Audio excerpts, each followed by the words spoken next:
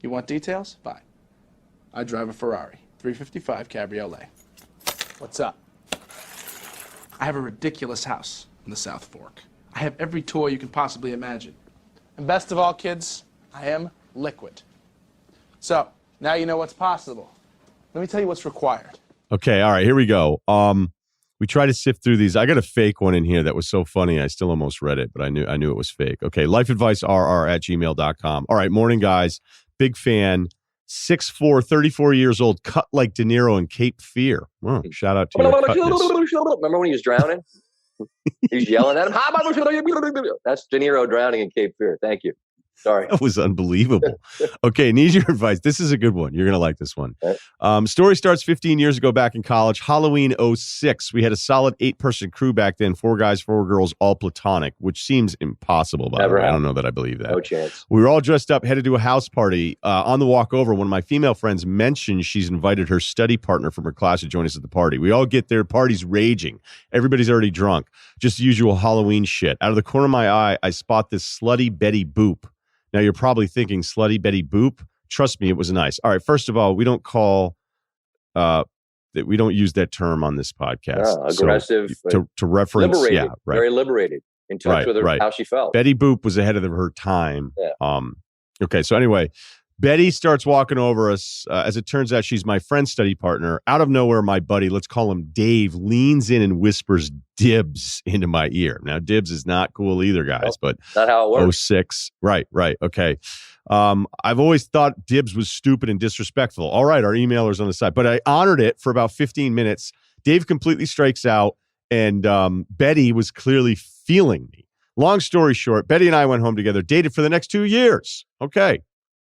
My buddy Dave never got over it. He was pissed for a few days, which I expected, but even months and years together, this guy would always mention it with a sour tone. It clearly bugged him and impacted our friendship. From my standpoint, I thought it was childish and demeaning to my then girlfriend, which, yeah, I think we're both on your side. I don't want to speak for you, Van Pelt, on this one, but, you got to get over it. Yeah. All right, life moves on. She and I break up junior year. Things started to get back to normal with Dave. Still, even after all these years later, he brings it up almost every time I see him, even though I've been happily married to my wife now for 10 years. Here's where I need your advice. Dave recently announced to our friend group via Zoom that he's engaged. We've heard him talk about his fiancée in passing and know that she was a couple years behind us in school, but we had never met her before. During the Zoom, she pops on camera to say hello, and I felt this horrible sinking feeling in my stomach. I had a one-night stand with her back senior year. I could tell she also remembered based on her reaction to seeing me on camera. I shouldn't tell him, right? It would possibly or absolutely devastate him, giving our history and ruin our friendship. Water under the bridge. At the same time, I worry I'll regret not telling him before the wedding. I assume she hasn't told him either. I'm just not sure. What should I do? This is a complicated situation here. I think that the Betty Boop story was shared to explain Dave's level of discomfort with what happened.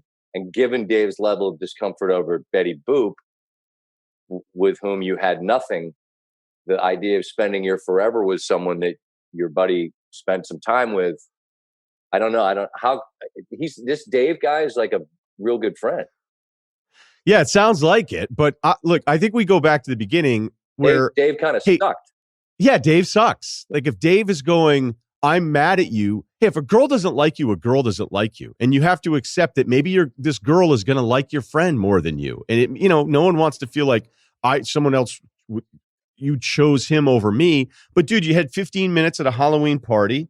It sounds like De Niro here is probably better looking than Dave. Right. So she went with him. Probably does that wheel. Probably does that wheel ab work where you do the wheel. Right. Those are hard. It just feels like a pec tear waiting to happen as you get older. Yeah. So the fact that the backstory is established and it sounds like Dave isn't real rational about a lot of stuff. Now, I would like to know, like if I were engaged and Van Pelt had dated the woman I'm about to marry, that'd be information I'd like to know. Dated? I would like. Didn't sound like it was a date. Sounds different than dating. I don't know how you tell them. I don't think you tell them. No, I don't. Right? I think you got to eat this one and just, I don't know. This is heavy. I thought it was something. I thought we were going to have some like dogs. I thought it could be like white belt and shoes. Kind of like can I wear a white belt? I thought we were going to get maybe into some of that. Like this is really because I'm gonna. Oh, it's heavy. It is heavy because it gets heavy sometimes. and that's okay. But like, I think Dave would really struggle with this news. But it sounds like her reaction, maybe she's going to have to tell him too. This is one where you got to figure out a way to circle around the back of Dave and just say, listen, it was no big deal. It was a long time ago. You got a life. I got a life. We're all happy. I'm thrilled for you. Let's just keep on keeping on. You got to try to sort that out, don't you? True. But if I were to try to understand Dave's position here, I would not love it if like a guy in my wedding party is up there, wow. hands in front of the hips. Oh, we're standing there? If you're standing with him, then you got to have a sit down. If you're just sitting in the back, you could just sweat a lot and be like, this is kind of messed up. But so wait, you think you tell him if you're in the wedding? I don't know if he's in the wedding party or not, but I had a moment in my life where there was something I was thinking about, and then I was like, I don't know. And then I go, hey, there's a good chance like one of the guys in your wedding party, as your wife is being walked down the aisle, is going to be like, I slept with Russillo's wife. Whoa. And I'd rather not have had that. Like, I'm not super complicated. Some things I am, some things I'm not. That'd be something I just would prefer to avoid as a potential issue at some point if I were to ever get married. Now you personalize this, and now we're saying like, okay, now this is you, and you're saying, okay, now one of your boys is standing there, and like that, yeah, that'd be tricky. That'd be a tricky one.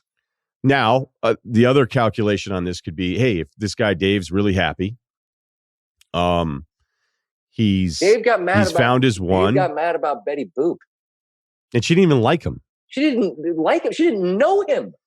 She didn't know him. He got 15 minutes with Betty Boop, and she was like, no. After he said dibs, like she was the front seat in a car. That's not how that works. Yeah, the dibs. Come on. The dibs call was terrible. What? How old is this person that wrote this letter? They graduated in 26, so they're probably 2006. So they're probably what, 35, 36? Because I mean, you get guys mature much later in life. Case in point, if at all. Yeah. Case in point. It took me a long time to get there. So I think I'm viewing this through the mature lens of a happily married middle-aged man and thinking, wow, I don't really like this situation for anybody, because Dave sounds like he's going to be really bummed if he knows. But as you just personalized it, that'd be really a tough one to find out about after the fact. You stood there and didn't say anything to me, and we just got, right? Yeah, because then the other thing too is like, what if she's going to say something? But then it's like, okay, so maybe I should, is that the emailer goes to the fiance and be like, hey, should we talk about this and come up with a plan? That's what I'm saying. But then the whole time, but if it ever happens, it's like Dave goes, wait, so my boy who slept with my wife then got together with my wife and they came up with a plan to not tell me. So then I would start going like, no, Dave, we talked. This was something that happened a long time ago when we were younger, and we didn't even know, you didn't even know him. And this is something, and it's not a thing, but we didn't. Some guy's going to have a hard time with it. Yeah, I understand that. Man, all right. Let's do a cooking one. This one's easier. Please, do something about like butter or butter substitute. Something I got no fix for Dave. Wow. Okay, 6'5", 190, 6'9" wingspan. Here we go. How's your lateral foot speed? Where are we going with this? This is Talon Horton Tucker chiming in. His wingspan's like 7'1", right? Do you know that? I read it. And then I saw him play some, and he was going to the Hall of Fame for like a couple games. Yeah, great around the rim. All right. My life is sweet. My girlfriend and I have been living together for 2+ years. We're both big foodies, and we were once each very good cooks. Since moving in together, I've taken over 90% of the home cooking. This is primarily because she works longer hours. Used to travel for work pre-pandemic, but also I love cooking more than she does. I really love it, and I've become very good. I brag about everything I do besides cooking because the cooking needs no bragging. Well, I guess this guy's not writing in, how do I improve my confidence? No. She tells me to pursue it as a career. This reminds me of the English Office where the guy's sitting there with the IT guy, and he's like, you ever been to Motorcarts? He's like, went once. He's like, are you a professional? I said, no, I'm not. He said, well, you should be. All I can hear in my head as soon as you said the British Office is Sergio Giorgini. Those are the two. Sergio Giorgini. She's like, who makes that? Giorgini. Sergio Giorgini. He's so proud of himself. How good is Gervais in that show? He's unbelievable. And I think the funny part is that there's something on the DVD, which I used to own, where they help the English audience understand. There's There's probably 5 cultural references a show that none of us would ever understand. Like when he's making a joke about who his inspirations are, it's some character from over there that I don't even know what the hell he's talking about. Right. And it's even funny. Like it's the kind of stuff that he's doing that, I don't necessarily regret not growing up in London, but I do maybe for not getting the full scope of those jokes. West End. No, I don't know what's going on. I just know his ability to make you uncomfortable as a viewer is unparalleled. You just are like, oh my God, please, whatever, just change the scene.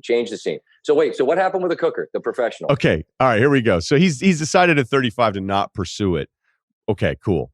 But he's a good cook. They're both in sales. All right. So the problem is 10% of the time that she does the cooking, she cannot, is completely incapable, no matter what scenario or how early she starts having food ready before 10:30. She can't have food ready before 10:30. So he basically is saying no matter what, the dinner will start that late. I focus on getting decent amounts of sleep. That is not important to her. She stays up working past 3 a.m. It's not uncommon for her to work through the night. She's a sales vampirist. I also work out regularly. Shout out. She does not.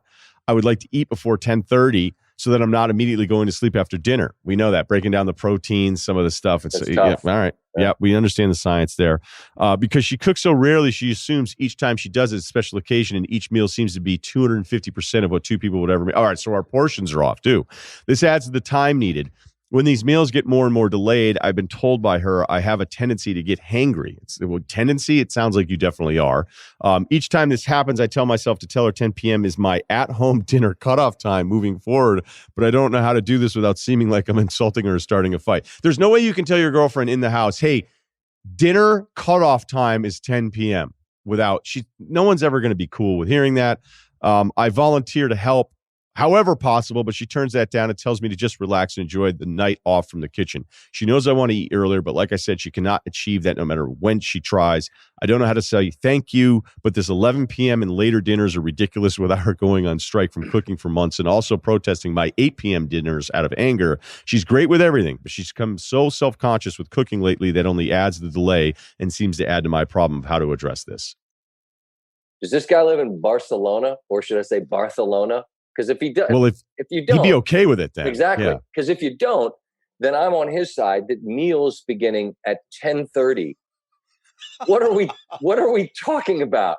Who eats at 10:30? Like I get there's New York City crowds that go out later. Not LA. The West Coast is a much earlier kind of a deal. It shuts down. Everything's early here. Like Miami, you go out in South Beach for dinner. I get a late dinner in Miami. It's a late starting kind of a deal down there. There's places regionally where I'm familiar with this. I don't know where this guy lives, but I don't care because again, this is the old guy viewing this through a lens of 10:30 at night, a meal beginning then. And I was starting to think about maybe you get yourself a plate of olives. Get a couple, have a nibble on an olive, right? That's nice. Something sort of a little tang in the mouth, a little spicy, something you nibble on. But how many olives can you eat till 10:30? Just a little cracker or something.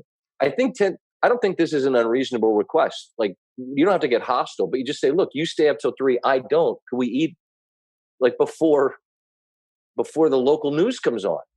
That's not unreasonable. I'm on this guy's side here. But I disagree. I think at its surface, yes, it'd be nice if dinner were a little bit earlier, but his tone in that email tells me why this conversation is so complicated. Maybe he's strict. He sounds like he might be a little bit more like De Niro than just the rip part of this. Wait, this is the same guy? The De Niro rip guy was the 34-year-old guy. Oh, no. No, that's right. I confused the two. It doesn't matter, but this guy works out. He made that clear. But let's just imagine that she's whipping up like a cacio e pepe. It's at 11 and it's sitting in your gut like a cannonball and you got to lay down. Come on. What are we doing? That's too late to eat. But I just did the math. He said she does 10% of the cooking. We're talking about maybe 2 days a month that you're dealing with this. It's not that big a deal. Make it a Saturday. That's kind of where I go back to, is that if she wants to do this for you and she's a good cook, so look, first of all, if you're a good cook, then you are kind of a control freak. All right. And I know that when I would cook, because I actually cooked in a restaurant for a little while, never made it to the line. Scott's seen the salt. Sure. Throw it down there. Salt Bay. Who's that guy? A little reduction. Yeah. A little reduction, a little balsamic. So the thing is that I didn't want anyone to help me. So when I was dating somebody seriously and she'd be like, hey, what can I do? And I'd be like, you can sit down with a glass of Sauv and watch a TV show and just let me go. But what I didn't realize, because I was younger, is that she wanted to be part of it. All right. So you got to figure out, be like, hey, okay, you can cut up the peppers, and then don't be like, hey, you're cutting them wrong. You know, you're fucking cooking at home. All right. We don't need. Could you do that pepper chop where you do that, where you'd hold the pepper in one finger and go and do it like super fast? Yeah, I could do that, but I don't. You know, I can tell right away with your finger placement right now. I can tell you'd be a disaster. When I cut a pepper, it looks like a horse chewed it. It's a catastrophe. It's just willy-nilly pepper things everywhere. And I don't know if I'm supposed to cut out that inside part of it. So, but wait, if we do it on a weekend, okay. But look, man, I don't know. You could go to 7-Eleven and grab a hot dog at like 6:30, and then your stomach's going to be a little out of order anyway. And then by 10, you're probably like, oh, I'll have a few bites of this and we'll be good. I don't know. It's too late. Here's what I think he should do. This is what he should do. He should appreciate that she wants to do this and she's trying to make it a special night. Yep. I don't think you should be such a control freak about this and lose your mind. But I had somebody once cook me meatballs and she didn't season the meat. No pepper, no salt.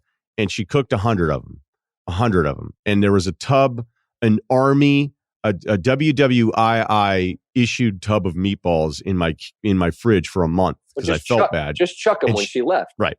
Well, she was around enough that she was going to notice that all of a sudden 40 meatballs weren't gone the next day. And she'd be like, well, this would be great. You can make them subs or whatever. Mm-hmm. And I just went, hey, we got to talk. I go, do you put any salt or pepper in the meat? Did she put Did she put raisins in these meatballs, this woman? So what did she say? I go, there were wars over one of these ingredients, okay? Because it's that important to the meat part of the process, all right? So, like, salt's a big, big fucking deal historically. It is and really big. You need to understand that there was a reason people were so pissed about it because it just made stuff better. And if you're going to cook anything with meat, you just got to throw a little salt on it. You have to, not a ton. I have to be honest with the listener here. I'm familiar with this story. I know who we're talking about here. It's just the whole thing's it's a lot for me to process. She was a sweetheart about it. She was an absolute sweetheart about it. But I was like, and she was so excited that she made all these meatballs. And she's like, you can have them for subs. 100. And I was like, nope. Yeah, well, and then I'm eating them like, this is good. And you're just like, it's just a ball of meat. And it didn't taste like anything. There's no egg. There's no breadcrumb. There's no garlic. There was no seasoning. There's no salt. There was no pepper. It was just hamburger meat in a ball and cooked. And some red sauce out of a can.